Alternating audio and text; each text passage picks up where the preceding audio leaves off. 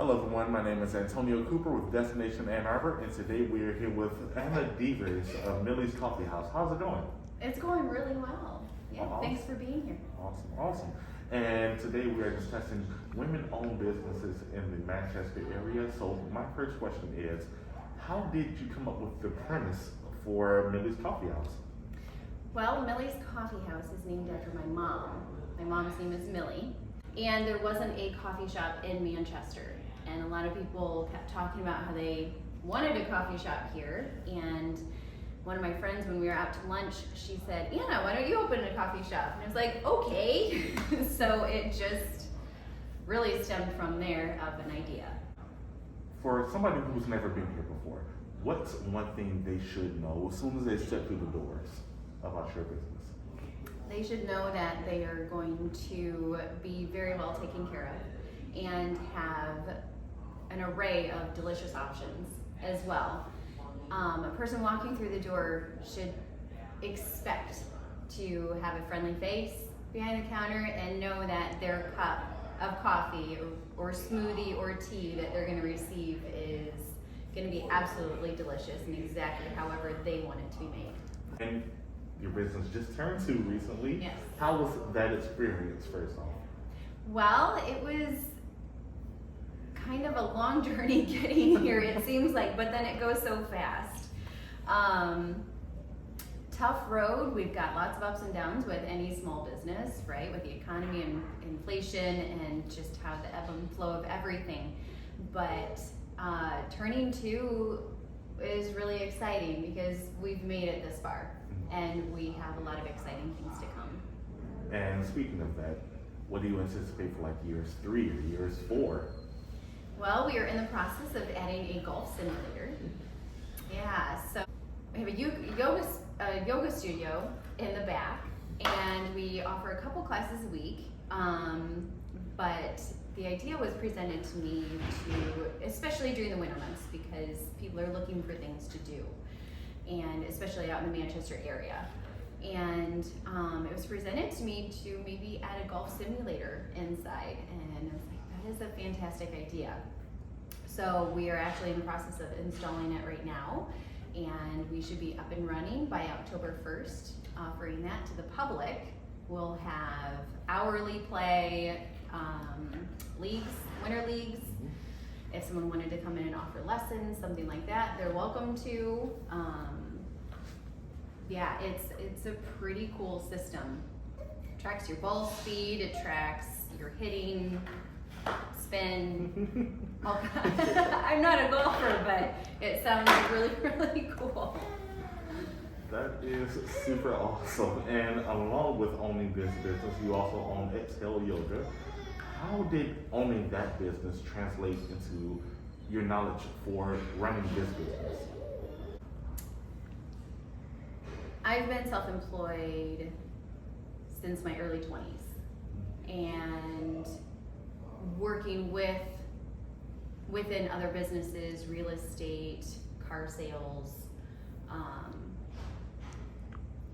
that has really given me a solid background and foundation and the knowledge to just keep going with that. And also I really, being self-employed is really hard, and you're working 24/7 basically, you know. But it gives me the opportunity and the ability to be home with my kids, so, or bringing them with me to work.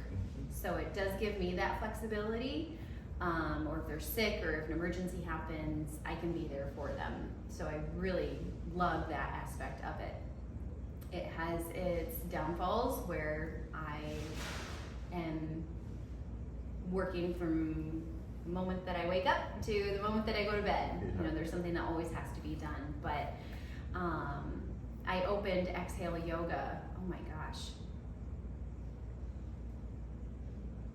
11 years ago.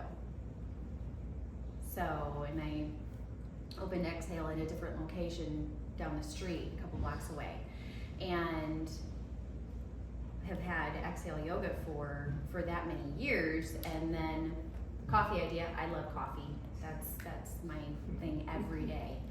And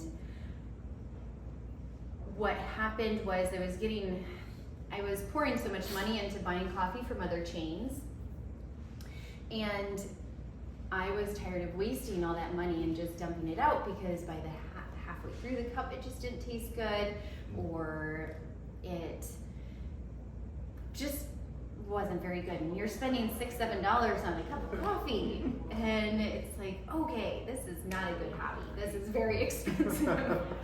And so I found myself, that happening. I'm like, wow, easily spend over $30 a month on a drink. And when my friend brought up, Anna, why don't you open a coffee shop? And I was like, yeah, okay, let's do it. And I'll put my yoga studio in the back. So just really having the idea, having the vision, and a lot of prayer, a whole lot of prayer, and just trying to stay on that right path, and God leading that path, and here we are, we opened.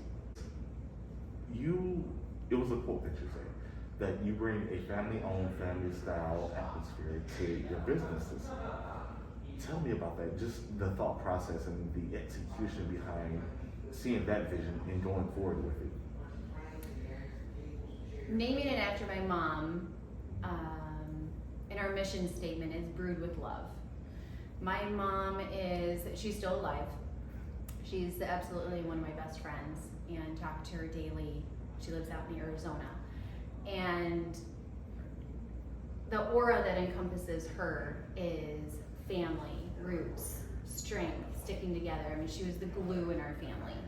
And that's where my vision came with here. So even within the textiles, the natural wood counters, the stone counter in the front when you walk in, our main front counter, the brick wall, the natural brick wall, just all the textiles are natural based, earthy, and that has the connection with the roots.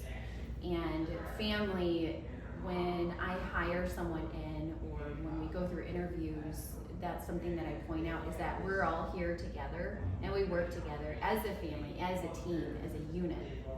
So because one of my employees, what they're going through will affect me as well. So it's important for us to be in balance.